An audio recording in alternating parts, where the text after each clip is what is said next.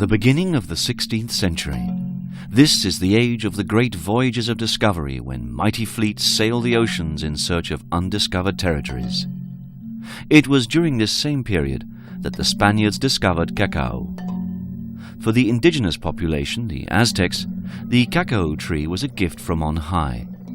This is why Linnaeus called it Theobroma cacao, food of the gods. The beans were roasted and ground before being diluted in water to obtain a cloudy drink which was enriched with vanilla and other spices. Around 1700, the cocoa drink was famous everywhere.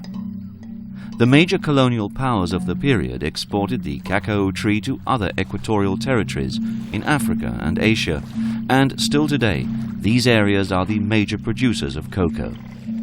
Usually it's grown on small plantations and produced according to age-old traditions and established methods. By way of illustration, let's look at a plantation in Venezuela, the cradle of cocoa. You have to trek deep into the jungle to find the cacao tree. It always grows under much larger trees to protect itself from direct sunlight. Ripe cocoa fruit is recognizable by its orange-red color.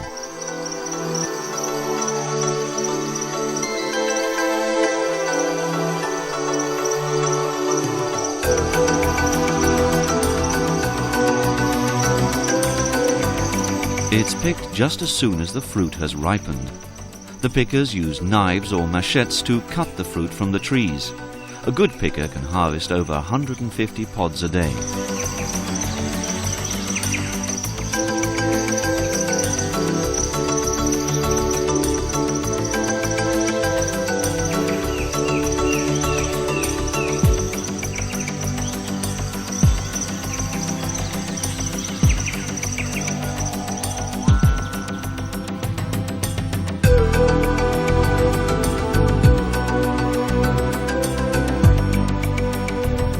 Are then sliced in two with a machete.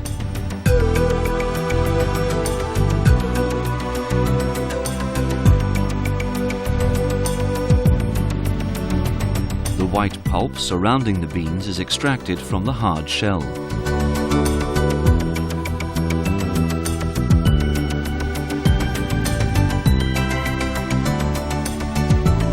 The beans are separated from the pulp by hand and put into wooden boxes to ferment. Fermentation is very important for the development of flavor. The beans are regularly mixed for air circulation and then covered over by leaves or sacks.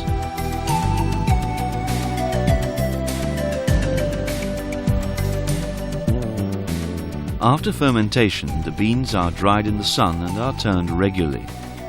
Because the beans are now exposed to direct sunlight, excess moisture is eliminated, so that the beans can be kept longer and mildew formation is prevented.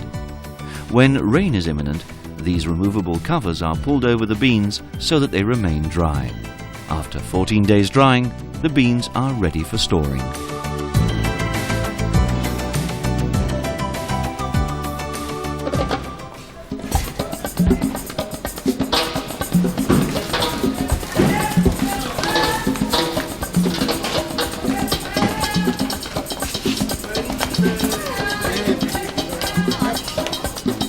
Traditionally, after the beans are weighed, they're checked for aroma by experts who can recognize quality beans by their smell alone.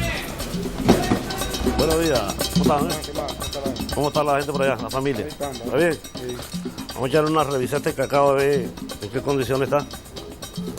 Está limpio. Vamos a ver. Está bueno, ¿no? Muy buen cacao. A pesar de que está lloviendo, el cacao está bien seco. Before the selected beans are finally stored in sacks, any surplus elements are removed so that there is little chance of them rotting. The beans are now ready for shipment to their next destination.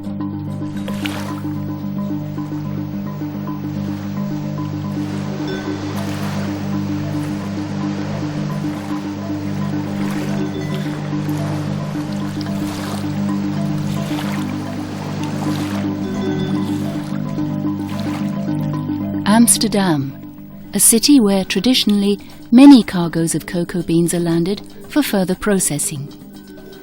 Before it is unloaded, samples of the cargo are taken to determine the quality of the beans.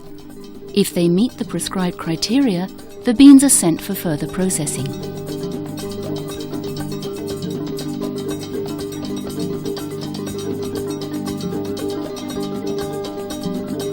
The beans are first cleaned and then roasted so that they burst open and release the nibs, which are then ground to release the cocoa butter, turning the beans from their solid state into a liquid. This is a highly complex operation which is dependent on the various types of cocoa, and nowadays this process is usually fully automated. This liquid is the actual cocoa mass, which is the prime raw material for the production of chocolate. A significant portion of the cocoa mass is used to obtain two other products, cocoa butter and cocoa powder. To produce them, it passes through giant presses. Using their enormous power, the fat is pressed out of the cocoa mass. We call it cocoa butter. The dry material that falls out of the presses afterwards is called cocoa powder. Each product is processed separately. Cocoa butter is mainly used in chocolate, while cocoa powder is more often used in cocoa drinks and imitation chocolate. Our journey continues to the Belcolade factory in Belgium, where both cocoa butter and cocoa mass are delivered. Depending on the variety of chocolate produced, sugar or milk powder is added to the cocoa mass or cocoa butter. All the ingredients are crushed and kneaded into a paste. The paste is then refined between rollers into a very fine powder, resulting in a maximum particle size of 30 microns. This powder is mixed for a long time and slightly warmed, so that evaporation leaves behind only the real chocolate aroma. This process is called conching.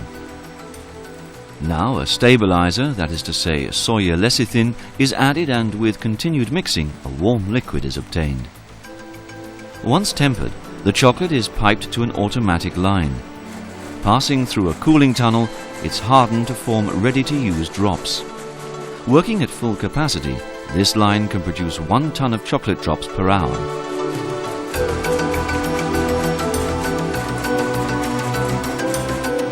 Special storage tanks and rooms ensure that the chocolate is stored in optimal conditions, so that this real Belgium chocolate can be delivered in ideal condition in either solid or liquid form to customers all over the world.